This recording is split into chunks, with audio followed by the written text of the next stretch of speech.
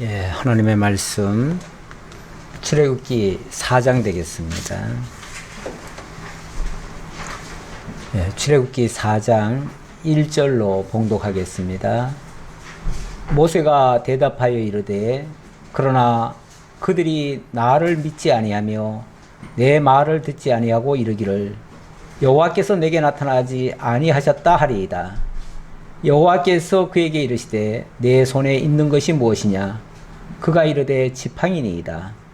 여호와께서 이르시되 그것을 땅에 던지라 하시매 곧 땅에 던지니 그것이 뱀이 된지라.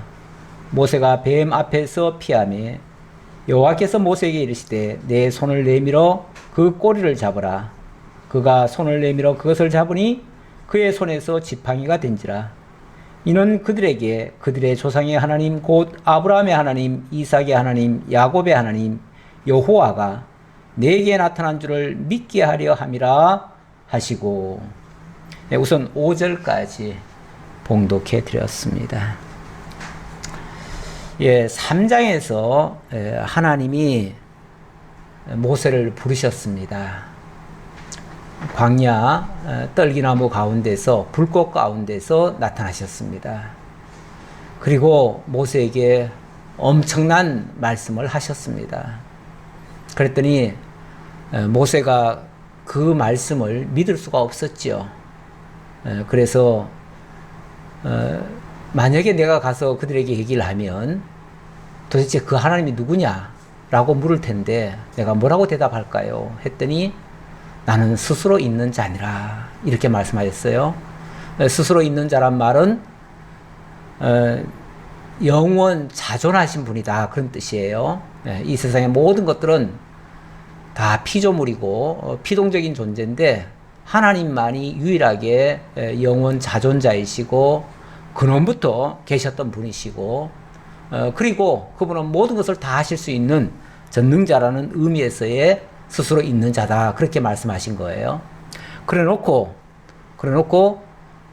나는 아브라함의 하나님, 이삭의 하나님, 야곱의 하나님이다. 그 말은 내가 아브라함과 이삭과 야곱에게 약속한 그것을 지켜주려고 그 언약을 이루려고 이제 너에게 나타났다. 그러므로 나의 이름은 여호와다. 내가 여호와라는 사실을 그들에게 알려주면 그들이 이해할 것이다. 이렇게 설명을 했죠. 설명을 했는데 모세가 아우 그렇습니까? 그러면 제가 얼른 순종하겠습니다. 이렇게 대답했을까요? 그렇게 대답 안 했어요. 순종을 사실 처음부터 순종을 안 한 거예요. 안 하고 뭐 이런저런 얘기를 자꾸 합니다. 예.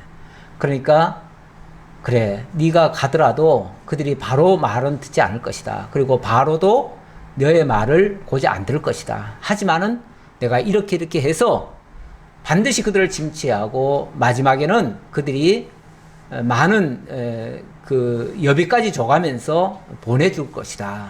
이렇게 할 것이다. 구체적인 앞으로의 계획을 다 알려줬습니다. 그럼에도 불구하고 4장 1절입니다. 모세가 대답하여 이르되 그러나 그들이 나를 믿지 아니하며 내 말을 듣지 아니하고 그래도 그들은 내 말 안 들을 겁니다. 그 얘기예요. 내 말 안 믿을 겁니다. 그 얘기예요. 그러면서 이르기를 여호와께서 내게 나타나지 아니하셨다 하리이다. 이 말은 네가 말하는 거 그 새빨간 거짓말이지 이렇게 믿을 거다 그 말이죠. 하나님이 내게 나타나셨다는 그 말을 어떻게 고지 듣느냐 그 말이죠. 그 새빨간 거짓말 아니냐 이렇게 생각할 거라 그 말이죠. 그랬더니 여호와께서 그에게 이르시되 내 손에 있는 것이 무엇이냐? 그가 이르되 지팡이니이다. 너 지금 손에 뭐 가지고 있느냐? 예, 저 지팡이 하나밖에 없는데요. 그렇죠. 뭐 들판에서 광야에서 양을 치는 사람 손에 뭐가 있겠어요? 지팡이 하나밖에 없지요. 사실 그거 가지고 뭘 할 수 있겠어요? 지팡이 하나밖에 없다는 것은 이 사람에게 아무런 외적 능력이 없다는 걸 설명하고 있는 거예요. 아무것도 없는 사람이에요, 이 사람. 그런 사람에게 지팡이밖에 없습니다라고 했더니 여호와께서 이르시되 그것을 땅에 던지라 하시매 그 땅에 던지니 그것이 뱀이 된지라. 뭐 지팡이를 던지랍니다. 그래서 던졌더니 갑자기 뱀이 꿈틀꿈틀거리는 뱀으로 바뀌어집니다. 원래 지팡이라는 게 뭐 별거 있나요? 나무 토막 하나 잘라다가 다듬어 가지고 손에 잡기 편하게 만들어 놓은 게 지팡이죠. 그러니까 죽은 나무 토막이에요. 죽은 나무 토막이 뭘 할 수 있을까요? 죽은 나무 토막으로 할 수 있는 거라고는 아무것도 없습니다. 그저 몸을 조금 지탱해 주는 거, 그 정도 역할밖에는 할 게 없어요. 그런데 아무것도 없는 나에게 이런 일을 하라니요. 모세가 생각할 때는 나는 아무것도 없는데 힘도 없고 지금 나이도 벌써 80세가 됐습니다. 80이면요. 물론 그때와 지금이 조금 다른지는 모르겠지만 어쨌든 인생 80이면요.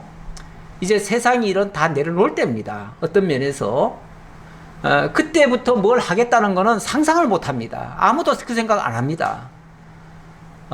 이제는 뭘 하다가도 내려놓을 사람이 이제 나보고 뭐 한 집안을 도와줘라도 아니고 정말 자기가 도망쳐 나온 그 애굽 땅으로 들어가서 거기서 어찌 보면 자기는 뭐 히브리인이라고 생각도 잘 했는지 안 했는지 모르겠지만 조금은 했겠죠. 조금은 했지만은 괜히 히브리인이라고 생각했다가 조금 도와주다가 지금 낭패당한 거 아닙니까? 그래서 자기 인생 망친 거 아니에요? 그런데 그 히브리인을 위해서 들어가서 히브리 민족을 이끌어내라. 이거는 그야말로 한마디로 불가능한 걸 시키는 거예요. 할 수 없는 걸 시키는 거예요. 뭐가 있어야 하지요? 내게 무슨 뭐 군대가 있습니까? 무슨 뭐 힘이 있습니까? 젊은 혈기라면은 뭐 무대뽀로도 뭐 해보겠지만은 지금은 이미 인생으로서는 끝날 때쯤이에요. 그런 나에게 그런 일을 하라니 이건 있을 수가 없다고 생각해서 계속 모세의 생각 속에는 부정적인 생각이 가득 차 있는 겁니다. 전혀 하나님의 말씀이 고지 들리질 않아요. 그래서 나는 할 수 없습니다. 이 얘기를 하는 거예요. 나는 할 수 없습니다. 내가 뭘 할 수 있습니까? 내게 있는 거라고 이 지팡이 하나밖에 없는데 이거 가지고 뭘 할 수 있습니까? 라고 지금 얘기를 하니까 하나님은 네 그 지팡이 던져봐. 던졌어요. 그랬더니 뱀이 되는 거예요. 죽은 나무 토막이 살아있는 뱀으로 바뀌었어요. 그게 뭐 뱀이다 이걸 떠나서 죽은 것이 생명체가 된 거예요. 살아 움직이는 생명체가 된 거예요. 사실 뱀이라고 하는 게 보잘것없어 보이지만은 이게 굉장히 독한 겁니다. 그렇죠? 뱀 하면은 특히 그 광야에서의 뱀이라고 하는 건요, 굉장히 독한 거예요. 원래 그 광야의 그 아주 독한 것들을 표현할 때 뱀과 정갈 뭐 이런 거 얘기하잖아요. 그런 걸 얘기할 때 거기에 나오는 게 뱀인데 그 광야에 있는 뱀은요 아주 독이 오른 뱀이에요. 전부 다. 원래 거칠거나 아주 삭막한 데는요 뭐든지 다 독합니다. 그런데 뱀이 나타나면 굉장히 무섭지요. 저도 옛날에 어렸을 때는 뱀을 손으로 잡아가지고 동네 가서 그 시장에 가서 팔고 500원씩 받는 재미에 그렇게 한 적이 있어요. 그때는 정말 겁도 없이 그렇게 했는데 얼마 전에 제가 뱀을 한번 만났어요. 뱀을 만났는데 얼마나 겁이 나는지 얼마나 겁이 나는지 뒷걸음질 치면서 손으로는 감히 엄두도 못 내고요. 연장 가지고 가가지고 그것도 잡지도 못하고 멀리 집어 던져버렸어요. 그리고 피한 적이 있는데 무섭습니다. 내가 강할 때는요 상대가 다 약해 보여요. 근데 내가 약하면요 상대가 다 강해 보입니다. 그래서 이게 정말 모세에게 뱀이라고 하는 건 무서운 거예요. 그러니까 모세도 당장 어떻게 표현합니까? 모세가 뱀 앞에서 피하며 두렵지요. 그러니까 피하지요. 자, 피했더니 하나님 뭐라 그러십니까? 여호와께서 모세에게 이르시되 내 손을 내밀어 그 꼬리를 잡으라. 그가 손을 내밀어 그것을 잡으니 그의 손에서 지팡이가 된지라. 도로 지팡이가 됐어요. 지팡이와 뱀, 어찌 보면 아무것도 아닌 것이 무생물이 생명체가 되어버렸잖아요. 이것도 대단히 놀라운 일인데, 또 반대로 그 무서운 독종 같은 그 독한 그 뱀도 알고 보면 별거 아니다, 그 얘기예요. 별거 아니다. 물론 그것이 내 힘으로 감당하려면 대단히 무서운 거예요. 근데 하나님이 함께 하시면 아무것도 아니다. 하나님의 말씀과 함께 하면 아무것도 아니다. 하나님의 말씀이 함께 하면 죽은 지팡이도 막대기 같은 것도 생명체가 될 수도 있고, 생명체가 되면은 온갖 능력을 다 발휘할 수 있잖아요. 그렇죠? 생명체는 뭐든지 다 할 수 있는 거예요. 생명체라고, 그러니까 죽은 무생명체가 생명체로 됐다는 거는 다 가능하다는 얘기예요. 다 가능하다. 그리고 또 그 뱀이 된 것이 다시 지팡이가 된다는 거는 이 뱀과 같은 그런 존재도 하나님의 말씀 앞에 아무것도 아닌 것이 될 수 있다, 그 얘기예요. 그러니까 이제 모세가 나는 아무것도 할 수 없다라고 했는데 하나님이 뱀을 만들어 주셨어요. 그거는 그만큼 위력적인 세력으로 바뀔 수 있다는 걸 가르쳐 준 게 아니에요? 그러니까 하나님이 함께 하시면 내가 얼마든지 그들을 제압할 수 있는 그런 능력자로도 만들어줄 수 있고, 또 반대로 그 상대가 아무리 강하더라도, 뱀과 같이 그 무섭고 강하더라도 하나님의 말씀 앞에서는 아무것도 아닌 것이 될 수 있다. 무생물처럼 만들어질 수도 있다. 이제 그런 뜻이죠. 그걸 이건 이제 딴 사람한테 보여주는 게 아니에요. 지금 모세한테 보여주는 거예요. 자, 이제 사실은 이런 표적이 앞으로 바로에게 가서 할 거예요. 바로에게 가서 할 거고, 또 이제 뭐 장로들 앞에서도 보여줄 수도 있겠죠. 자, 그러는데 그거를 어찌 보면 당장 모세부터 안 믿어요. 모세부터 안 믿으니까 하나님이 모세에게 먼저 알려줘야 돼요. 내가 이런 능력자야. 이런 거 할 수 있는 자야. 내가 너와 함께하면 이 모든 것이 다 가능해 라는 걸 보여주기 위해서 하나님이 지금은 모세한테 보여주는 거예요. 그렇죠? 모세한테 보여주고, 물론 앞으로 장로들 앞에 가서도 해야겠죠. 해야 되는데, 자, 이렇게 모세에게 확신을 주려고 지금 이렇게 하는 겁니다. 자, 그러면서 또 이렇게 얘기를 합니다. 또 말로도 설명을 해야지요.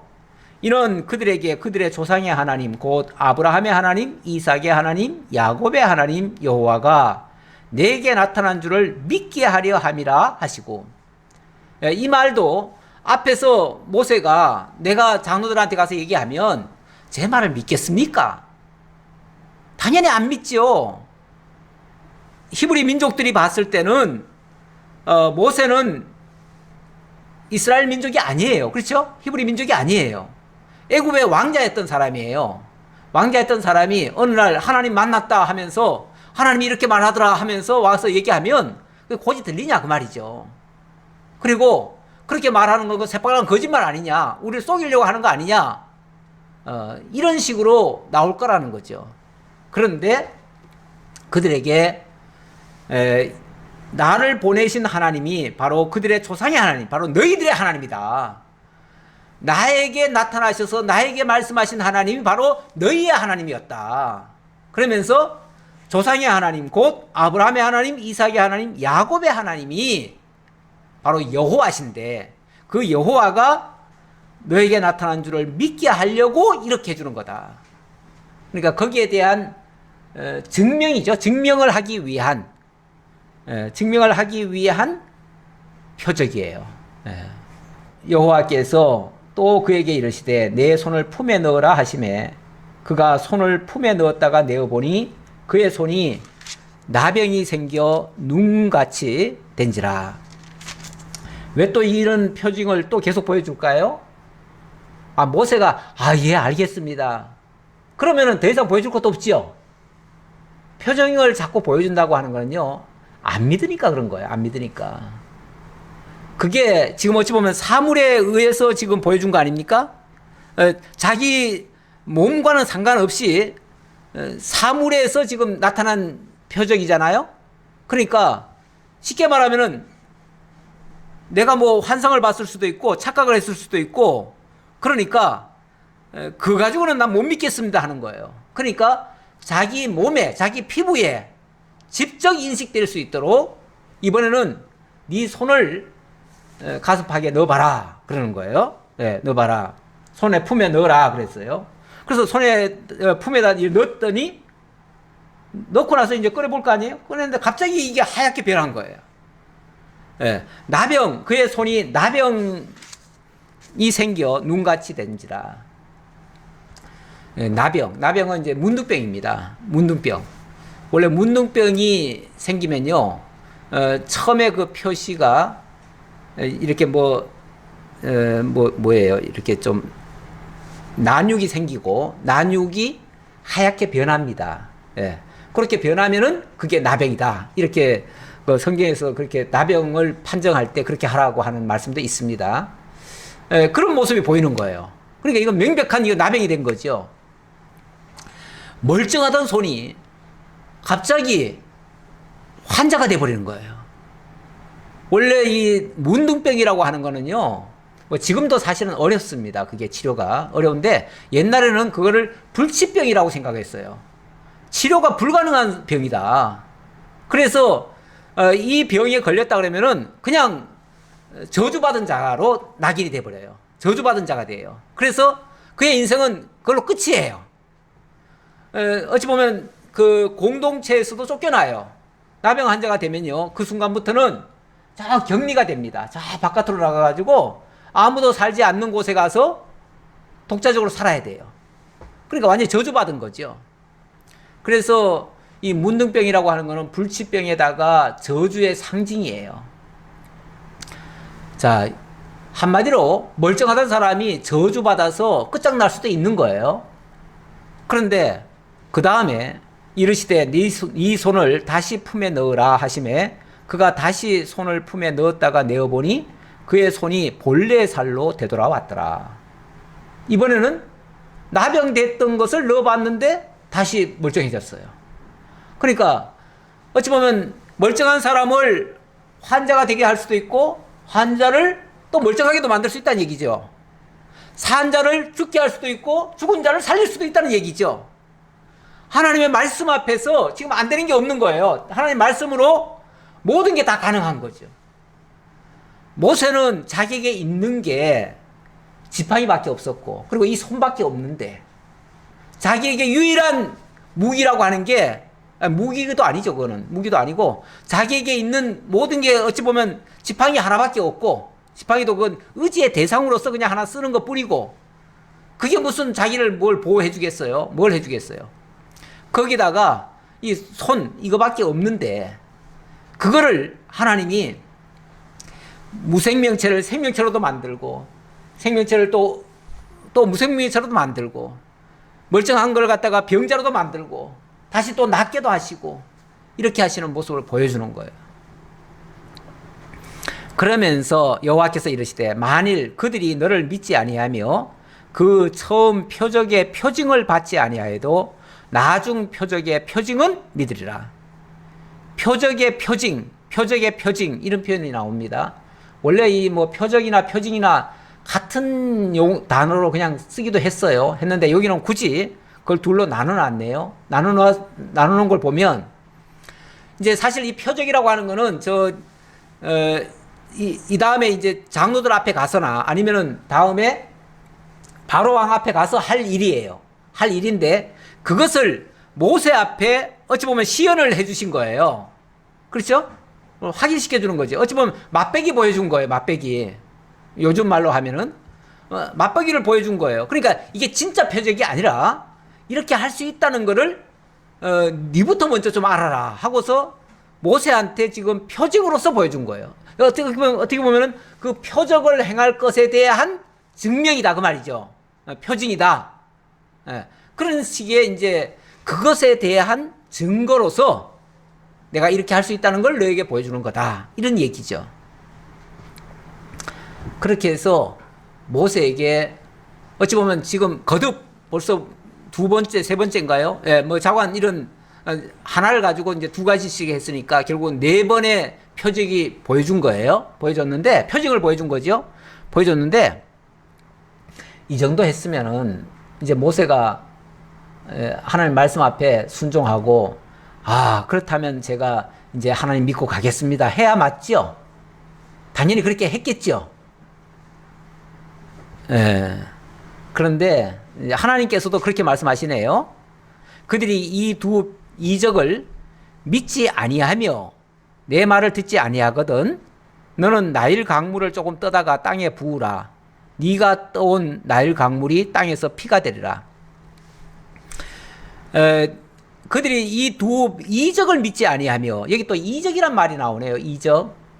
원래 이적, 표적, 표징 뭐 비슷한 말이에요. 비슷한 말인데 이게 좀 구분을 할 필요는 있긴 있어요. 우리는 성경을 좀 더 예리하게 이걸 확인을 해야 되기 때문에, 그래서 이걸 좀 구분하자면, 그냥 이적이란 말은 어떻게 보면은 좀 불가사의한 일 또는 초자연적인 현상 뭐 그런 것을 이적이라고 얘기할 수 있어요.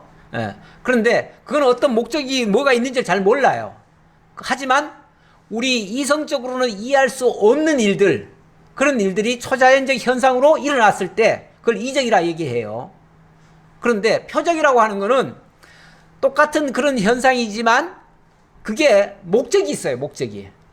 분명한 대상이 있고요. 목적이 있어가지고 그걸 가리키기 위한 목적에서 하는 일이 표적이에요. 그러니까 이적인데 이적을 표가 되도록, 그러니까 하나님을 가리켜주기 위한 목적에서, 그래서 하나님의 존재를 설명하거나 하나님의 역사임을 알게 하기 위한 그 방법으로서의 표적을 보여주는 거죠. 그리고 그거에 대한 증명으로서 표징을 보여준 것이고요. 그러니까 어찌 보면 표징이라고 하는 거는 표적에 좀 미리 앞서서 하는 일이고요. 그 다음에 표적이라는 게 있고 이적이라고 하는 거는 그냥 통상적으로 어떤 분명한 목적은 잘 모르겠고 자관 이상한 현상들이 일어나는 거, 그런 거를 이적이라고 하는데, 자, 이게 이제 섞어서 얘기를 했습니다. 섞어서 얘기했지만 우리는 조금 구분해서 듣고요.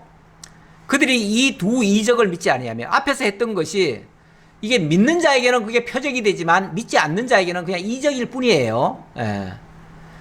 그래서 이걸 그냥 이적으로만 받아들이고 제대로 하나님에 대해서는 인식이 안 될 때, 그러니까 그들이 참 이상하다 하는 의식은 있지만 그게 하나님에 대한 증거인지 어떻게 아느냐 이렇게 나올 수도 있잖아요. 그렇죠?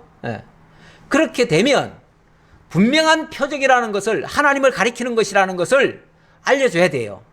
알려주려면은 더 표적이 더 필요하다는 거죠. 그래서 더 보여주는 것이 이번에는 나일 강물을 조금 떠다가 땅에다가 부으래요. 그러면은 그 부었는 물이 갑자기 벌겋게 변할 것이다, 그 얘기죠. 피물로 바뀔 것이다, 이렇게 되는 거죠. 그러면서 앞에 두 표적, 다시 말하면은 지팡이와 그 손 문둥병 되는 거, 이거는 혹시 안 믿더라도 나머지 그거는 믿을 것이다, 이제 이 얘기고요. 이 얘기고, 요거는 이제 그 장로들에게 가서 얘기했을 때의 그 말이고, 이제 앞으로 이제 바로한테 가서도 표적을 또 행할 거 아니겠어요? 그렇죠? 근데 그때 표적은 이 세 가지가 아니라 10가지나 됩니다. 10가지. 10가지가 되니까 앞에서 하는 표적이 있고 또 뒤에서 하는 표적이 있어요. 그래서 그 표적이 좀 크게 말하면은 두 가지로 분류가 돼요. 분류가 되는데, 앞에 하는 표적은 어찌 보면은 일반 마술사들도 비슷하게 흉내낼 수 있는 게 있어요. 흉내낼 수가 있는 게 있어가지고 그런 것들은 잘 안 믿을 거다. 표적이라고 해가지고 무조건 다 믿는 게 아니고 자기네들도 할 수 있을 것 같다 하면은 안 믿어요, 사람들이. 그렇죠? 예. 그래서 앞에 하는 표적들은 잘 안 믿을 것이고, 그러나 이제 그렇게 해서 안 믿으면은 결국은 이제 뒤따라오는 표적이 있을 거 아니에요?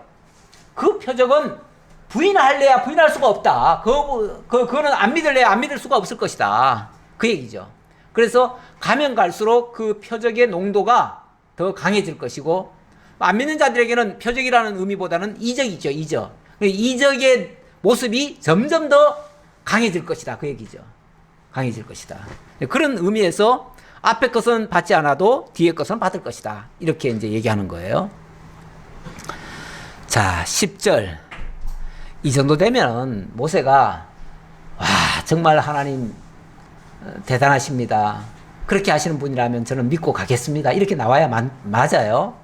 맞는데 모세가 여호와께 아뢰되 오 주여 나는 본래 말을 잘하지 못하는 자니이다. 주께서 주의 종에게 명령하신 후에도 역시 그러하니 나는 입이 뻣뻣하고 혀가 둔한 자니이다. 참 핑계거리도 많네요. 핑계를 이렇게 댑니다. 네. 오 주여, 뭐 오는 이 감탄사인데 왜 감탄사까지 넣었을까요? 그냥 단순하게 그냥 자르는 게 아니라 정말 하나님께서는 그렇게 많이 보여주셔서도 나로서는 도저히 감당할 수 없습니다. 그런 어떤 그걸 강력하게 담아서 하느라고 이제 그렇게까지 한 것 같아요. 그러면서 나는 본래 말을 잘하지 못하는 자니이다. 모세가 본래 말을 잘 못하는 사람입니까? 그건 아니죠. 모세가 바로의 공주에게 픽업이 돼가지고 왕궁에서 40년간 최고의 그 학문을 배운 사람이에요. 그런 사람이 말을 잘못한다고요? 그 사람이 말을 못한다고 할 수는 없어요. 그건 객관적으로 믿어지지 않는 말이에요. 오히려 말은 잘할 거예요. 근데 혹시 말을 좀 잘 못한다는 표현은 이렇게는 이해될 수 있어요. 이 사람은 애굽 사람으로 살았잖아요. 어쨌든 그렇죠? 애굽 사람으로 살았으니까 애굽 말은 잘할 텐데 이집트어는 잘할 텐데 히브리어는 좀 둔합니다. 이렇게는 혹시 얘기하면은 그거는 좀 그럴 수도 있겠다 싶어요. 왜? 히브리어는 안 살았잖아요. 예. 히브리어를 상대로 해가지고 뭐 일을 시키고 할 때 부려먹고 하기는 했어요. 했지만은 그래서 히브리어를 조금은 알겠지만은 히브리인들과 같이 산지는 않았기 때문에 그런 의미에서 조금 둔하다고는 할 수 있을지 모르겠어요. 그건 굳이 이해하자면 그렇고요. 이해하자면 그렇고 어쨌든 좌우간 나는 말을 잘 못합니다. 뿐만 아니라 본래도 잘 못하지만은 주께서 주의 종에게 명령하신 후에도 역시 그렇습니다. 그러니까 하나님이 이제 뭐 내가 너와 함께 하겠다, 내가 너에게 뭐 할 말을 넣어주고 뭐 하겠다 해도 그래도 나는 못합니다. 그 얘기잖아요. 하나님이 나 고쳐봤자 소용없습니다. 나 아무래도 안 돼요. 나는 무조건 못해요. 못해요가 아니라 나는 안 해요. 뭐라고 얘기해야 되나? 자관 강력하게 거부하는 말이에요. 강력하게 거부하는 표현이에요. 하나님 나를 아무리 뭐 꼬시든지 나는 능력 주시든지 뭐 하시든지 해도 나 소용없어요. 나는 안 해요. 못해요. 이 얘기죠. 그러니까 여호와께서 그에게 이르시되 누가 사람의 입을 지었느냐? 누가 말 못하는 자나 못 듣는 자나 눈 밝은 자나 맹인이 되게 하였느냐? 나 여호와가 아니냐? 도대체 말을 잘하고 못하고 말을 잘한다 못한다? 그건 입이 둔하거나 아주 부드럽거나 아니면 뭐 잘 보거나 못 보거나 맹인이거나 눈뜬 자거나 뭐 같은 뜻이에요. 같은 의미로 얘기를 했는데 도대체 입을 주신 자가 누구고 말을 하게 하는 자가 누구냐? 다 각자가 자기가 하는 줄 알지만 하나님이 입 안 만들어줬으면 혀 안 구르게 했으면 할 수 있겠어요? 도대체 누가 그렇게 입도 만들어주고 말도 하게 하는데 다 내가 하는 거야. 내가 하는 거야.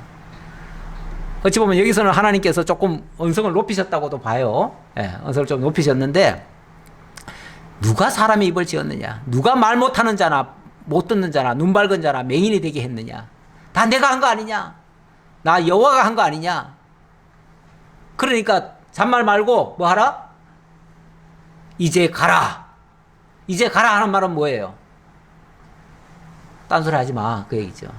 무조건 가. 그 말이죠. 그러면서 내가 너의 입과 함께 있어서 할 말을 가르치리라. 말 못한다고? 내가 너 입에 할 말 다 넣어줄게. 무조건 가. 가면 너 입에서 할 말 다 나와. 가끔 그 선교사들이 그런 간증을 하더라고요. 선교사들이 정말 저 아프리카나 어떤 오지 같은 데 가잖아요. 가는데 솔직히 그들의 말을 모르잖아요. 뭐 조금은 배워갔겠죠. 배워갔지만 거의 잘 못합니다. 그런데 어느 순간 그들과 말이 통해요. 뿐만 아니라 그냥 말 통하는 게 아니라 다 알아들을 뿐만 아니라 입에서 자기도 알지 못하는 말이 막 쏟아져 나오는데 결국 상대방들이 다 알아듣더라는 거죠. 그래서 정말 하나님이 하게 하시는구나, 쓰시는구나 라는 거를 체험했다고 그렇게 간증하는 사람들이 가끔 있어요. 그게 일종의 현대판 방언입니다. 현대판 방언이에요. 지금이라고 방언이 없는 게 아니에요. 초대교회 때 성령께서 함께 하시니까 그 12 제자의 입에서요 16개국에서 온 사람들의 말이 다 터져나왔어요. 근데 그 12 제자들은 그 배운 적이 없거든요. 왜냐하면 다른 나라의 말은 몰랐을 거 아니에요. 그런데 각 나라의 방언으로 다 말을 하게 됐어요. 그게 성령이 하게 하셨대요. 성령이 하시면은 그런 역사가 있습니다. 그 방언을 우리가 부인하지 않습니다. 그런데 그거는 이제 초대교회 때 성경이 완료되기 전에 성령께서 이 하나님의 말씀을 기록으로 남기기 전에 그때는 기록하게 하시려고 주신 거예요. 그랬고 기록이 완성된 다음에는 굳이 이거를 따로 또 할 필요가 없어요. 이거는 이제 그 나라 사람에게 읽어주면 되니까. 그래서 그 나라 사람들이 읽도록 이제 번역까지 다 됐어요. 그러니까 이제는 사실은 굳이 방언이 필요가 없어요. 그런데 어떤 때는 필요하냐면은 정말 상간 오지에 가서 아무도 도와주니까 없어요. 그러면은 성령께서 그들의 말로 하게 할 수도 있는 거예요. 저는 그걸 믿습니다. 그걸 부정하지 않아요. 그런데 오늘날 한국 안에 있으면서 한국 사람들끼리 모여가지고 기도하면서 한국말로 기도 안 하고 이상한 말로 기도해요.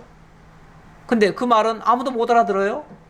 아무도 못 알아들으면서 이거는 하나님과 교통하는 말이라고 그러면서 하나님의 천국 방언이라고 얘기를 해요. 그렇게 말하는 건 솔직히 난 고지 못 들어요. 그거는. 그럼 천국 방언이면은 천국 말은 똑같아야 될 거 아니에요. 근데 그렇게 방언하시는 분들이 다 다르더라고요. 같은 말이 없어요. 아, 천국 방언이면 천국 말이 똑같아야지 왜 또 달라요? 네. 사실은 겉으로 나오는 이 언어가 문제가 아닙니다. 의미 전달이 중요한 거죠. 의미 전달이 제대로 되면요. 한국말로 하든 미국말로 하든 뭐 영어로 뭐 어디 아프리카 말로 하든 상관없어요. 무슨 말로 하든 기도하면 돼요. 그걸 굳이 천국 언어라고 해가지고 하나님 알아듣게. 아니 그러면 하나님이 우리말로 하면 못 알아듣나요? 하나님이 영어 하시면은 하나님이 영어는 난 그쪽은 잘 모르겠다 그러실까요? 다 하셔요. 하나님은 무슨 말로 하든지. 심지어는 우리 입에서 말 안 나오고요. 속에서 마음 속으로 생각한 것도 하나님 다 하셔요. 그렇기 때문에 언어 못한다. 뭐 나는 못한다. 입이 둔해서 못한다. 이런 말도 새빨간 거짓말이고요. 그거는 그냥 변명에 지나지 않아요. 그래서 하나님이 가르쳐 주시려면 얼마든지 가르쳐 주시기 때문에 그런 것은 변명밖에 안 된다. 자, 그랬는데도 13절에 모세가 이르되 오 주여 보낼 만한 자를 보내소서. 이게 오를 내가 좀 길게 읽었습니다. 자기는 답답하다 이거겠죠. 아이고 하나님 나 못하는데요. 나 진짜 못하는데요. 제발 할 만한 사람 보내세요. 할 만한 사람. 할 만한 사람이 누굽니까? 히브리어 잘하는 사람 누굽니까? 히브리어 잘하는 사람 보내면은 잘할까요? 히브리인이라고 히브리어 잘하는 사람만 보낸다고 일이 되는 게 아니에요. 예. 하나님은 그 로마서에 보면 고린도인가요? 예, 보면은 하나님은 입이 둔하고 어찌 보면 세상적으로 세상 사람들은 그래요. 뭐 변사가 어디 있느냐, 뭐 또 똑똑한 자가 어디 있느냐 그러는데 세상 사람들은요, 똑똑한 자 들어다가 씁니다. 그렇죠? 정말 능력 있는 자 불러다가 써요. 근데 하나님은 그런 자를 쓰는 게 아니에요. 오히려 어리석어 보이고 좀 무식해 보이고 좀 세상 학적으로 좀 떨어지고 이런 사람을 들어다가 지혜로운 자를 부끄럽게 하시는 하나님이에요. 오히려 약한 자 들어다가 강한 자 부끄럽게 하시는 하나님이에요. 왜요? 그랬을 때 그가 한 게 아니라 하나님이 하셨다는 것이 증명이 되니까. 하나님 당신이 하셨다는 걸 알게 하려면은 일부러 잘난 자 들어다가 하는 게 아니라 못난 자 들어다가 할 수도 있어요. 그런데 할 만한 자를 들어다가 하시라고요? 지금 누구 가르칩니까, 지금? 모세가 지금 하나님 앞에 지금 한 수 지금 뜨고 있습니까? 훈수 둡니까, 지금 하나님 앞에? 네. 가끔 우리가 하나님 앞에 하나님 뜻대로 하옵소서가 아니라 하나님 이렇게 해주세요, 저렇게 해주세요, 이것 주세요, 저것 주세요, 이렇게 주문식의 기도하시는 분들이 많아요. 아니, 물론 하나님이 그거를 구하게 해서 하시는 분도 있어요. 그걸 하나님께서 구하게 해서 하는 거니까 그거는 괜찮아요. 그건 소원을 두고 행하게 하신 거니까 그건 괜찮은데, 그게 아니고 하나님 뜻과도 상관없어요. 제3자가 누가 봐도 그건 하나님 뜻이 아니에요. 그런데 자기 뜻을 세워놓고 그걸 목표로 삼고 그걸 이뤄달라고 하나님 이거 안 해주면은, 해주기 전까지는 나는 밥도 안 먹고 나 이제부터 40일 금식기도 하겠습니다, 이런 사람도 있어요. 이거는요, 하나님 조종하겠다는 거예요. 하나님 앞에 떼쓰고 하나님 앞에 그거 안 내놓으면 하나님하고 맞짱 뜨겠다는 얘기예요. 그 하나님하고 대결하겠다는 거예요. 아니, 하나님을 이렇게 저렇게 자기 마음대로 부리면 됩니까? 내가 하나님 앞에 순종을 해야지요. 혹시 하나님이 내게 소원을 주셔서 그걸 기도했더라도 마지막에는 하나님 뜻대로 하옵소서 이래야지요. 예. 하나님 뜻이면 이루어주소서 이렇게 해야지요. 하나님 기뻐하시면 이루어주소서 이렇게 기도해야지요. 그리고 하나님이 원하시면, 나는 솔직히 그게 마음에 안 들어도 하나님 원하시면 가겠나이다. 거기가 아골골짝 빈들이라고 해도 가겠나이다. 이래는 게 맞지요. 근데 하나님, 오 주여, 제발 좀 보낼 만한 사람 보내시고 나는 갈 수가 없는 사람입니다. 나는 할 수 없는 사람입니다. 이러고 있어요. 지금 모세 흉보자는 게 아니에요. 모세도 이렇게 불순종했던 사람이에요. 사실 누구든지 마찬가지입니다. 하나님 모를 때는요, 누구든지 다 불순종합니다. 이걸 역으로 얘기하면 불순종하는 사람은 하나님 모르고 있다는 증거예요. 그렇다고 탓할 게 아니라 그도 하나님 알면은 그때부터는 순종할 거예요. 그러니까 하나님 알도록 우리는 가르쳐 줄 필요가 있는 거죠. 불순종하더라도. 불순종한다고 왜 불순종하냐고 책망할 게 아니라, 아, 저분은 아직 하나님을 모르는구나, 하나님 아셔야 되겠구나, 하나님 가르쳐 드려야죠. 인내를 가지고. 그렇죠? 네, 그래야지. 그걸 체크할 건 아니에요. 왜냐하면 모세도 이렇게 정말 나중에는 위대하게 쓰이는 이 모세도 이렇게 불순종했던 사람이에요. 이걸 보면 우리도 소망이 있잖아요. 우리도 좀 불순종하다가도, 아 그래, 그런 모세도 하나님이 들어다가 나중에 어떻게 만드시죠? 하나님이 민수기에 보면요, 이 사람 모세는 지면의 모든 사람보다 온유함이 더하더라, 온유함이 승하더라, 이렇게 얘기를 해요. 그 말은 최고로 순종 잘하는 사람이 됐다는 얘기 아니에요. 그렇죠? 지금 이렇게 불순종하는 사람이 나중에는 지면의 모든 인류 다 싸잡아 가지고도 그 사람들보다도 더 순종을 잘했대요. 그렇게 만드신다는 거예요. 만드신다.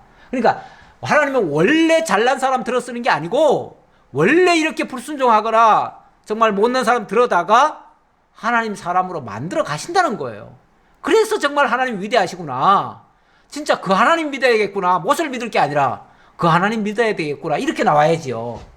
우리는 그래서 그 하나님을 배우자는 거예요. 그 하나님 배우고 그 하나님 알면 그 하나님 앞에 순종할 수 있으니까요. 그런데 모세가 이렇게 얘기를 했네요. 제발 하나님 보낼 사람 보내시고 왜 나 같은 사람을 쓰시려고 그러십니까? 이러고 있어요. 그러니까 하나님도 참다 좀 화가 나셨어요. 그래서 어떻게 하십니까? 14절. 여호와께서 모세를 향하여 노하여 이르시되 하나님 화나셨다는 얘기죠. 그래서 노하셔서 진짜 노하셨으면은 죽이겠죠. 근데 진짜 노하신 것보다도 정신 차려라 이 얘기죠. 너 정신 차려라. 지금 언제까지 지금 네 불순종할래? 이 얘기죠. 그러면서 이르시되 레위 사람 네 형 아론이 있지 아니하냐? 그가 말 잘하는 것을 내가 아노라. 그가 너를 만나러 나오나니 그가 너를 볼 때에 그의 마음에 기쁨이 있을 것이라. 이게 이제 하나님이 하도 모세가 말을 안 들으니까 그래서 아론을 붙여준다는 얘기일까요? 아니에요. 조금 있으면요 아론이 앞에 짠 하고 나타나요. 다시 말하면 하나님은 진작부터 아론을 뭐 하신 거예요? 보내놓은 거예요. 보내놓고 아론한테는 하나님이 역사를 또 했을 거예요. 너 가가지고 모세 만나라. 그래서 모세 네가 대변자 되라. 모세가 아무것도 모른다고 할 텐데 네가 다 중간에서 다 얘기해라. 내가 너한테 다 알려줄게. 이렇게 했을 거예요. 그러니까 나중에 만나지. 그렇죠? 그래서 만나요. 그러니까 하나님은 대안 없이 시키는 게 아니에요. 모세한테 대안 없이 무조건 이렇게 해라. 내 말 들어. 이게 아니에요. 하나님은 계획을 다 세워놓으시고 모세에게 명하시고 그 모든 뒷받침을 다 준비해 놓으시고 그리고 모세 보고 순종하라는 거지 하나님 대책 없이 하시는 분이 아니에요. 설령 모세가 히브리어를 조금 못한다고 쳐도 아론은 히브리인과 같이 살았잖아요. 그러니까 히브리어 잘할 거 아니에요. 그리고 또 모세가 직접 다이렉트로 그 히브리 장로들한테 얘기하면 고지 안 듣지요. 근데 중간에 아론이 있으면요. 아론 통해서 얼마든지 연결이 되지요. 이쪽 입장 저쪽 입장 다 중간 대변인 다 하지요. 원래 그 중보자라는 자는요. 양쪽을 다 대변하는 자예요. 그렇죠? 예. 양쪽에 어찌 보면 중간 역할을 잘 할 수 있는 거죠. 하나님 그거 다 준비해 놓으신 거예요. 갑자기 하나님이 이렇게 뜻을 바꾼 게 아니고 다 준비해 놓고 있다가 이제 모세가 이 말을 하니까 걱정하지 마. 내가 다 준비해 놨어. 그 얘기죠. 내가 다 준비해 놨어. 누구요? 네 형 아론 있잖아. 근데 아마 모세는요. 지난 40년간, 지난 또 80년간, 지난 80년간 이 아론을 잘 몰랐을 거예요. 어쩌면 어렸을 때는 그 유모가 그 아들을 조금 소개해서 조금 알았을지는 모르지만 그래가지고 나중에 얘가 네 형이다 이렇게 했을지 모르지만 그 나중에는 왕자 신분으로 살았기 때문에 제대로 알았다고 할 수가 없어요. 알았더라도 몰라요. 이제 다 잊고 살았어요. 근데 하나님께서 그를 붙여주시는 거예요.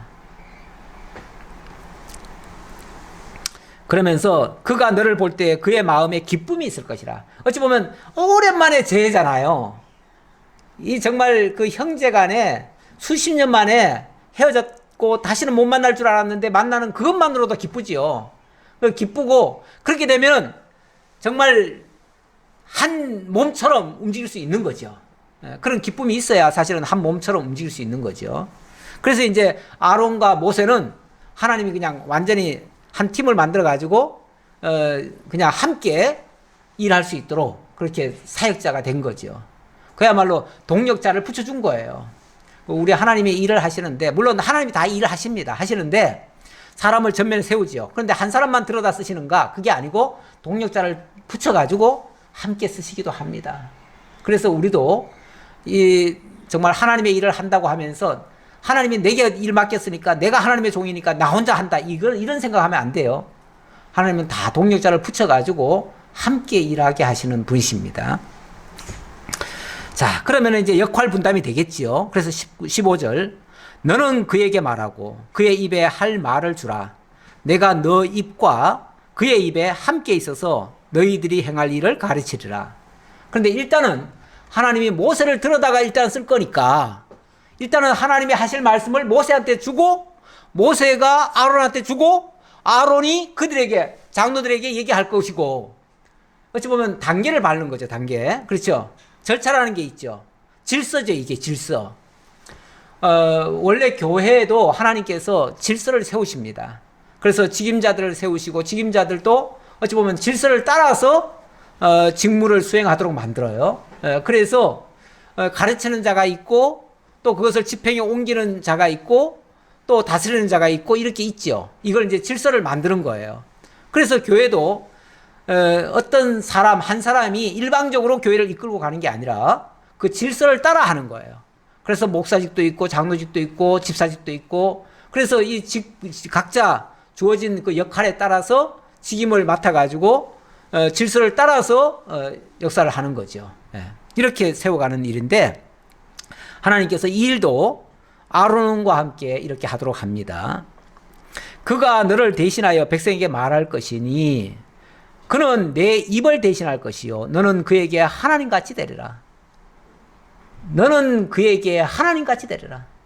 인간적으로 말하면 형이잖아요. 아니 동생이죠. 모세가 동생이죠. 모세가 동생이기 때문에 만약에 육적으로만 생각하면 형이 동생 말 듣게 생겼습니까? 안 듣죠? 예. 형이 동생 말 잘 안 듣습니다. 예. 제가 이 얘기는 할까 말까 싶은데 저도 형제가 있었지만은 한때는 함께 신앙생활을 했습니다. 근데 목사가 동생이고 하니까 형제들이 제 말 안 듣더라고요. 그러면서 공적으로는 그래도 목사라고 인정을 해주기를 조금 바라했었는데 그게 되게 섭섭해가지고 나 이런 교회 안 다닌다 그러더라고요. 형제라도 제 말 안 듣습니다. 왜? 육적으로 보면은 동생이잖아요. 육적으로 보면 어릴 적에 철없이 굴던 모습 다 보이잖아요. 속을 다 알잖아요. 그러니까 그런 자 앞에 말 듣겠어요? 안 듣죠. 안 듣는 게 정상이에요. 근데 하나님이 어떻게 한다고요?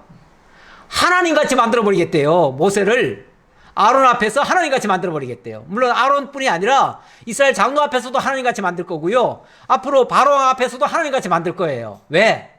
그래야 굴복할 거니까. 그래야 하나님이 그러니까 이거 하나님같이 만든다는 거는요. 하나님이 어떤 분이에요? 일단 전능자시잖아요. 그렇죠? 못하시는 게 없잖아요. 그러니까 하나님이 모세를 통해서 전능자의 역사를 하게 하신다는 거예요.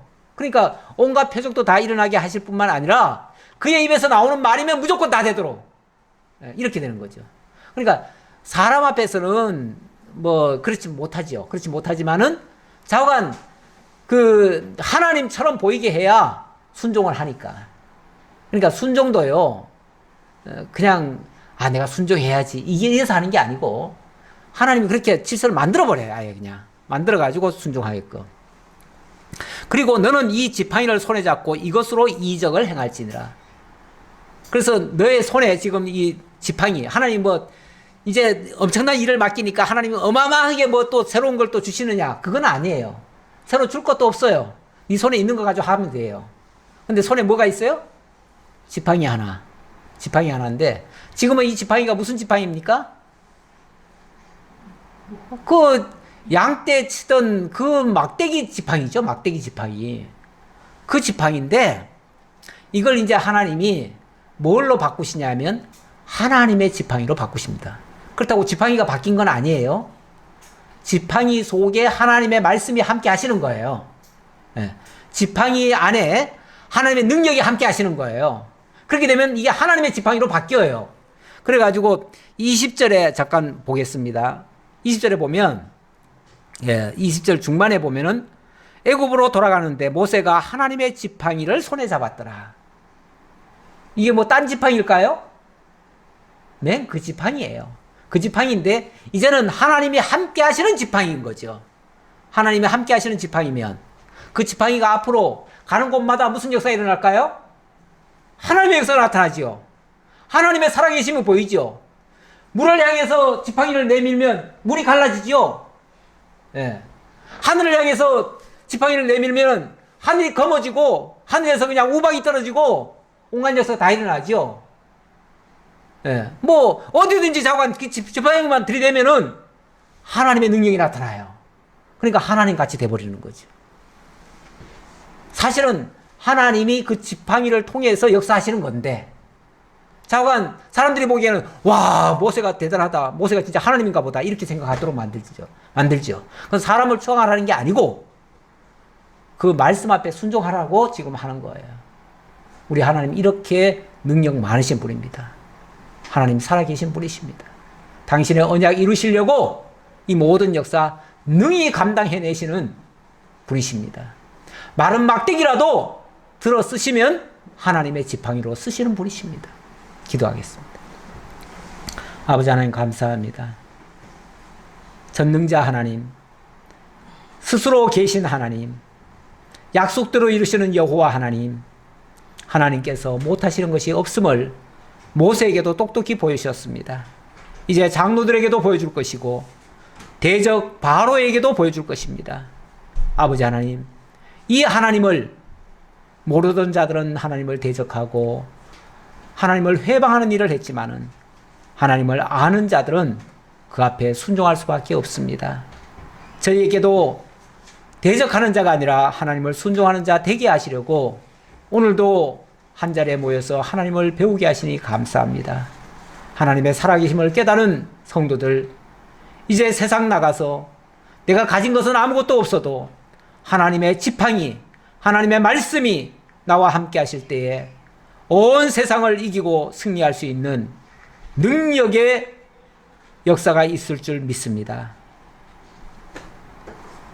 멀쩡하던 손이 나병이 되고 나병이 또 멀쩡해지는 것처럼 하나님의 말씀이 선포되는 곳마다 놀라운 능력의 역사가 나타나고 그로 말미암아 병든 자들도 깨끗함을 받고 하나님의 살아계심을 확인하고 하나님의 인도하심을 깨닫는 주의 성도들 다 될 수 있도록 인도해 주옵소서.